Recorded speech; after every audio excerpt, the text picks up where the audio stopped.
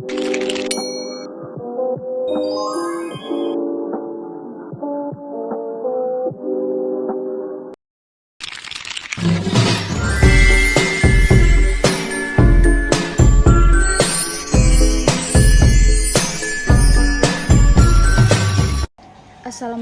warahmatullahi wabarakatuh. Di sini saya akan mengerjakan tugas UTS. Soal nomor 1. Sebutkan dan jelaskan kedudukan dan fungsi bahasa Indonesia serta berikan contohnya. Bahasa nasional. Bahasa nasional diakui sebagai bahasa nasional yang digunakan untuk mempersatukan berbagai suku, budaya, dan bahasa daerah di Indonesia. Bahasa resmi. Bahasa Indonesia berfungsi sebagai bahasa resmi dalam pemerintahan, pendidikan, dan media massa. Bahasa persatuan. Bahasa Indonesia berperan penting dalam mempersatukan berbagai suku, bangsa, dan budaya di Indonesia. Fungsi bahasa Indonesia. 1. Fungsi komunikasi. Bahasa Indonesia berfungsi sebagai alat komunikasi antara individu dari latar belakang yang berbeda. Contoh, dalam percakapan sehari-hari, orang dari berbagai daerah dapat berkomunikasi menggunakan bahasa Indonesia. 2. Fungsi identitas. Bahasa Indonesia mencerminkan identitas nasional dan kebanggaan masyarakat Indonesia. Contoh, dalam lagu-lagu dan puisi penggunaan menunjukkan cinta terhadap tanah air. 3. Fungsi sosial dan budaya. Bahasa Indonesia berperan dalam pelestarian budaya dan tradisi melalui sastra dan karya seni. Contoh, cerita rakyat, novel, dan drama yang tertulis dalam bahasa Indonesia membantu melestarikan budaya lokal. 4. Fungsi pengembangan ilmu pengetahuan. Bahasa Indonesia digunakan dalam mengembangkan dan penyebaran ilmu pengetahuan. Contoh, buku ilmiah, artikel, dan jurnal yang ditulis dalam bahasa Indonesia memperkaya kanaza pengetahuan lokal.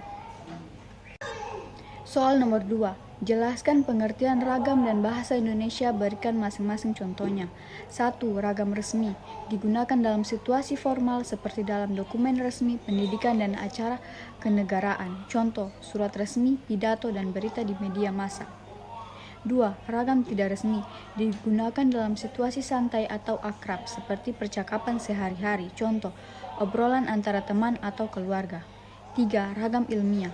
Digunakan dalam konteks akademik atau penelitian dengan bahasa yang lebih teknis dan berstruktur.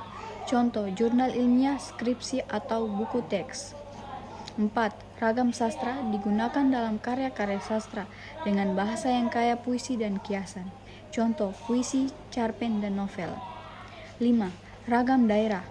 Variasi bahasa yang dipengaruhi oleh budaya dan bahasa tertentu. Contoh, penggunaan istilah atau ungkapan yang khas dari daerah tertentu. 6. Ragam campuran. Penggunaan bahasa yang mencampurkan unsur-unsur dari berbagai ragam, sering terlihat dalam komunikasi informal. Contoh, bahasa gaul yang mengembangkan kata-kata dari bahasa Indonesia dengan istilah asing. Soal nomor 3. Jelaskan apa itu ejaan, tanda baca, dan berikan masing-masing contohnya. Ejaan adalah sistem penulisan kata dalam suatu bahasa yang mencakup aturan mengenai bagaimana kata-kata ditulis dengan benar. Contoh ejaan, kata mengirim, bukan mengkirim. Contoh tanda baca, titik, koma, tanda tanya, tanda seru. Soal nomor 4. Jelaskan pengertian diksi dan berikan contohnya dalam kalimat. Diksi adalah pemilihan kata-kata yang digunakan dalam suatu karya tulis atau ucapan untuk menciptakan efek tertentu, menyampaikan makna dengan tepat, dan membangun suasana. Contoh diksi dalam kalimat. Diksi formal. Kami menghargai kehadiran Anda dalam acara ini. Soal nomor 5. Berikan contoh seperti apa itu kalimat efektif dan jelaskan pengertiannya. Kalimat efektif adalah kalimat yang disusun dengan jelas, padat, dan tepat, sehingga mampu menyampaikan pesan dengan baik tanpa menimbulkan kebingungan. Contoh, dia belajar dengan giat untuk ujian. Soal nomor 6. Jelaskan pengertian paragraf dan jelaskan pula pengertian paragraf deskripsi, eksposisi, narasi, argumentasi, dan persuasi.